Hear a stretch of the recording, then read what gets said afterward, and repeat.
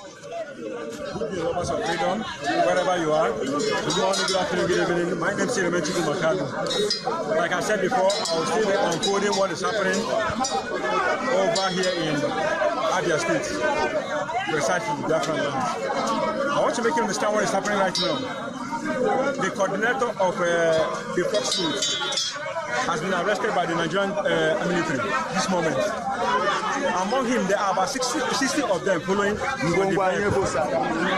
About 60 of them are in the vehicle right now as I speak to you. So as I talk to you now, the military men have hijacked our people, about 60 of them this moment. The leader who is leading that moment, the troop, are the Fox Schools coordinator.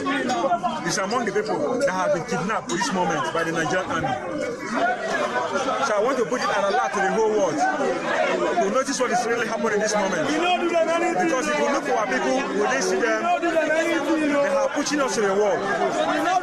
And we have come to the end of the wall. It is now time for us to defend ourselves. Because the self-defense has been given to us. They have pushed us to the wall to the extent whereby we need to defend ourselves. So we are urging all the whole world. The UN take note of what is happening now. The international body take notice of what is happening now. My name is Abia. I'll still be unfolding the details of what is happening this moment. Thank you and keep listening to us. They came with their battalions, they came in their numbers. They removed the flag around his home, trying to harass, trying to break in, but we've stopped them. They can't enter. They've surrounded his house, trying to break in. They brought over 15 tanks and over 20 lorries. You can see this. This is life. This is life. We will continue to remain fearless before our enemies. We are ready to die for Biafra, and there is no going back in the restoration of Biafra. There is no going back. There is no going back. We are ready. Oh God.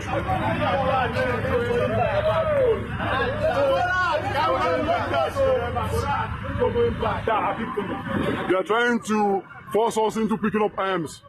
They are standing, trying to threaten us into picking up arms. They want us to react, but we will not react. May the world see this. I am live here at the home of the indigenous people of Biafra, Mazin Nnamdi Kanu. They want us to give an excuse to attack. They've surrounded his house with tanks. They've surrounded his house with lorries and ammunition. They've even started destroying things. They won't go to Sambisa Forest to fight, but they are here.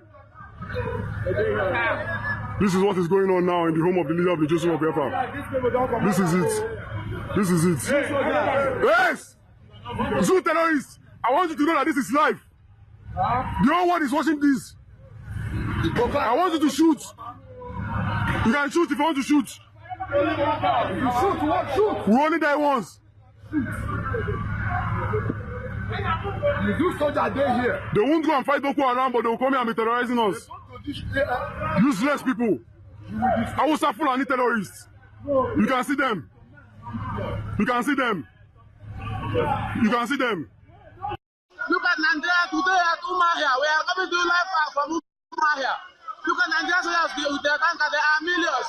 There are many of them. They are still coming. Biafra keep sharing. Biafra keep sharing. Biafra keep sharing. We are under siege.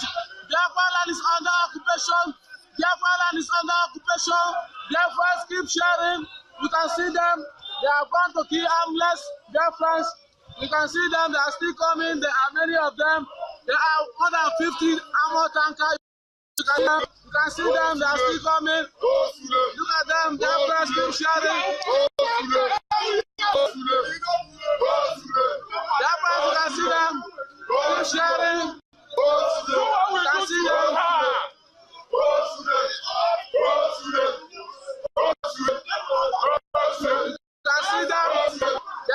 can see them.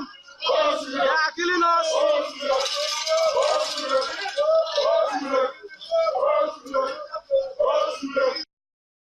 are getting is that the military personnel here in Isialangwa, they have gone down 7 of our IPOB members here, and we are going down now from the bus to see what is happening. We are going down from the bus right now to see what is happening now. The world should take notice of what is happening today. We have just gone down now. The information we are getting now is that the army men, they have gone down 7 of our members here at Isialangwa, to be precise, and we are putting the world notice. You can see with me, we have not gotten to our destination. That is so much.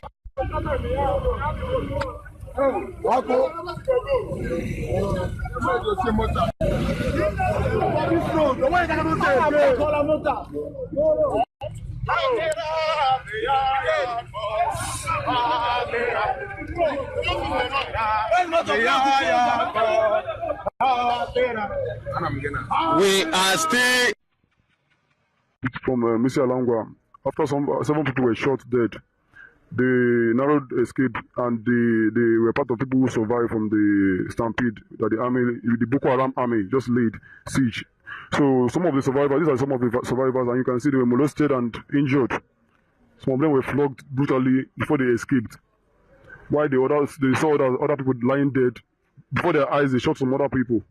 So we are going to speak to one of the victims of this injustice that is going on here in Umuahia. So, as we are coming from Abia to Umuahia, our leaders' compound, so we get to Isialangwa. Unfortunately, we see some Boko Haram soldiers. They stopped us and they were shooting at us, and some of us were wounded. Even we ourselves, we managed to escape, and they soaked us inside water. They asked us to drink the water, and we thank God for protecting us and to save us. We come back, and other people are. You saw they were shot. You saw some people shot before your eyes. Yeah, too many people were shot, and 7 people is dead right now. And you said that they shot some people at the leg before you guys escaped, right? Yes. So we managed to escape from them. So other people are still there. They are still there, killing people. People are still many there. They block road. You can talk. You guys can talk. You can explain what. If you explain what happened, you can explain what happened. So how do you guys manage to escape? Okay. Okay. I hope the world is watching this. These are some survivors who managed to escape from the brutality that was going on in Isialangwa after 7 people were shot dead, and more are still being shot by that area. So I want the world to understand this, that Biafrans are being killed right now in the country home of the leader of the indigenous people, Biafra, and I want you to keep sharing this video until the world gets. You can see how they were molested. You can see his back. They were brutally beaten, almost beaten to death, and they were there. They shot some people before they managed to escape. How they managed to escape is what I don't understand. But you can see this. So I want you to keep sharing this video and let the United Nations understand what is going on here, because they are forcing us to pick up arms, and when we do that, Nigeria will burn to the ground. Thank you. There's no justification for them to start such exercise from that place, from his area, from his house. No justification whatsoever. We have established conventional roads in Umuahia and its environs, where such exercise should take place. And besides, people should be informed the military is about to carry out such exercise. Don't be afraid. I get me. But in this case, they went there. If you look at the movement of the armored personnel carrier, the one they went there with, you will see at the point, if not for the intervention of his relatives, who were asking questions, friends and what, where are you going to? Who were they shooting? At the point, the vehicle was driving towards Nnamdi Kanu's house. So to the compound. Was entering there before they interjected. I said, no, what's happening? Are we on that wall? Are we what's happening? They said shoot at them, shoot at unarmed people. Before you know it, people were about 10, 15 people were affected. So they are making effort in their usual manner to deny the views. But I told them, I've said it yesterday, I told it to BBC yesterday and also CNN, that look, we have the facts, we have the evidence to establish what they did in Nnamdi Kanu's place. They are coming to court. We have our date with them in court. Come to court and repeat and say such thing and tell the court, look, we didn't go there. that the video clips being shown online and everywhere is being forged. No, come to the court and tell them. I'm saying that to the court. They also have the pictures of soldiers who were wounded during the crisis. No, the point is that we have to subject those pictures to some analysis and experiment when we get to the court, evidential value. So when they bring their own, we have to look at it. We have our own, have ours. And apart from that, you see them, you can see the video. You can see the armored personnel at the point they were shooting God. It's obvious.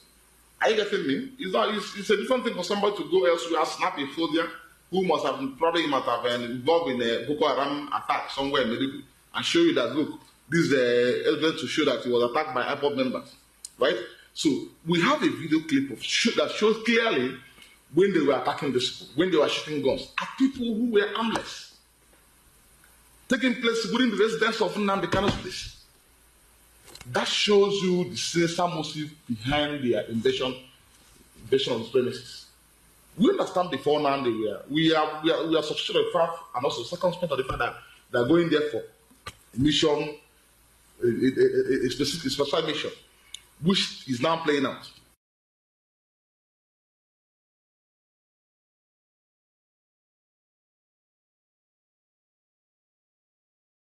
Military exercise. So they were on a military mission.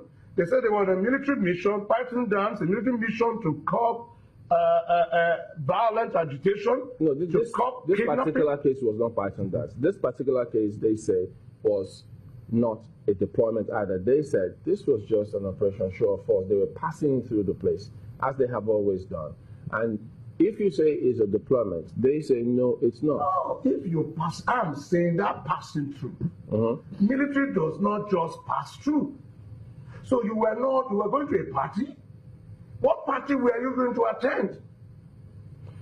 In that area, it was a military deployment against a civilian population. Okay, so if for the purpose of terrorizing civilian population, intimidating them, show of force. It's just euphemism for intimidation. Okay, now, when you talk about police show of force and why it is different, police does not target a racial, ethnic group. Police, if you see police show of force, it goes on the streets. It's anybody. But this is specific to an area. This is specific to an area. You had said you were going on this Operation Python Dance, and you started this. Now, what if, the Ipob people had been armed? What if they had left the army? What if they had left the army, carry out whatever dance you want to dance or whatever maneuvers you want to maneuver, and leave our place alone? That would have been peaceful. That's provocation. You're dealing with a civil populace. You're not dealing with a bunch of intellectuals, professors holding a seminar somewhere. You're dealing with common villagers. They are not given to so sophisticated reasoning. And you know that. You should know. So we've looked to two accounts here. The army is giving their perspective. Ipob has given their perspective. You've given the Ipob the benefit of the doubt, but you've not given the army. Why? I cannot give the army the benefit of the doubt. Why? The reason is simple. If you watch the trend of events, and when you talk about issues like this, it is about trend of events. Now, the military came out, and said that they were going massively against agitations against government. They started with hate speech or what have you, and people who were agitated against national security and things like that. They made those threats.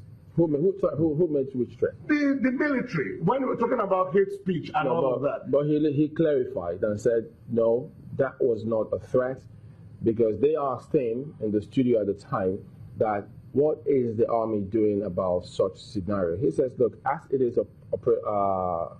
obtainable in other parts of the world, security, you always monitor things. That does not mean that you are going to threaten people, because he also said the army doesn't have a right to arrest citizens. It's the police that does that. That after we came, after the citizens rose up, after we are just like this, they will soon go on the defensive. When you bring the constitution and you put it you use the constitution to x-ray what they've done. Yeah, they will go back on the defense. Having explained themselves, yes, the army spokesperson, why are you still not giving them the benefit of the doubt? I am not giving them the benefit because I cannot. It's just like a group of what will I call it now? I want to take it off this Ipob thing, or maybe some boys are having a party somewhere. Do you understand what I'm saying? And I've told them, look, I don't like your noise making and all that kind of thing. And the next minute I come with armored vehicles and anti-riot equipment, and while they were making, they say you can go to hell. It's our right to make as much noise as you want. And then you come there. What would you be doing with that? And you say, no, I didn't come to disturb the party. I just wanted to show force. But it doesn't make sense. Even though that's not what happened. This scenario that you've painted. Yes. Let's suppose that the operations have not ended and it will still continue. Will the people, the IPOB members or what he calls them, some elements, there understand that this is just a military operation, how can they understand? And they are not here to terrorize you, and they are not here to disturb your peace. No, the people, for that reason, is the police. The police is for that. If you have threat or you perceive suspicion, if you suspect that certain activities are illegal, the police are there. When you have a police commissioner that was not even aware of the movement of the military within his domain, because he couldn't have been saying something different if he was aware. He wasn't aware. The police were not aware. It appears the army is damned if they do and damned if they don't. From what you're saying, the military have no. I am saying how we know about military deployment when there is a riot, when the civil authorities are overpowered, or there is the likelihood of overpowering civil, then you call in the military. What would you advise now if these operations were to continue? No. They have to withdraw the operations. The operations, you have seen it. That particular one was not a deployment. They said it was not an operation, it was show of force. Are you talking about the larger scale pattern dance? The whole thing, military have pattern dance is in the southeast. Military, if the military understands that the military showing force to civilians amounts to terrorism. That is the legal definition of terrorism. It's to intimidate. Show of force is to intimidate. Because you cannot talk about law enforcement, because that is the duty of the police. Are you suggesting that whenever show of force happens, it's without a cause? Show of force by the military in a situation I'm looking generally speaking. No. The concept of the show of force. Show of force by the police. Concept of show of force by the police is just a means of reminding the citizens that we have law around here. What's wrong with that? No, that is the police. The police and the army do it. No, the army, the only time when the army moves, you should understand what the army is not the police. The army is not law enforcement. But I mean, in that sense, the army is to quell situations that are beyond law enforcement. That is if that's when you bring in the army. That's if there's a deployment. But they have said it. You cannot, army do not have any constitutional right to show force to the civil populace. That's what I'm saying. Let me then ask you about this. I mean, we've had several comments from Ipob members. Yes. We've had them threaten that there will be no elections in Anambra State. Yes. Should security look the other way? Now, in terms of threat, there will be no elections. I mean, let me answer the question. Security here for me, I'm a lawyer. Security is the police. Because if I was police commissioner for Anambra State, for instance, and somebody says, I will look, I'll put my surveillance on him. That's it's not like what we're talking about, this issue of importation of arms. It's surveillance. It's intelligence. You wait for people to break the law. Now, as lawyers, you cannot even interrogate people for what they say, what they think. It is what they do. It is what they do. It's not what they say, it's not what they think, it's what they do. The law is concerned with what people do. Breach of the law is an act. It's not a thought you have in your mind. It's not even what you express with your lips. Like it, Cherry.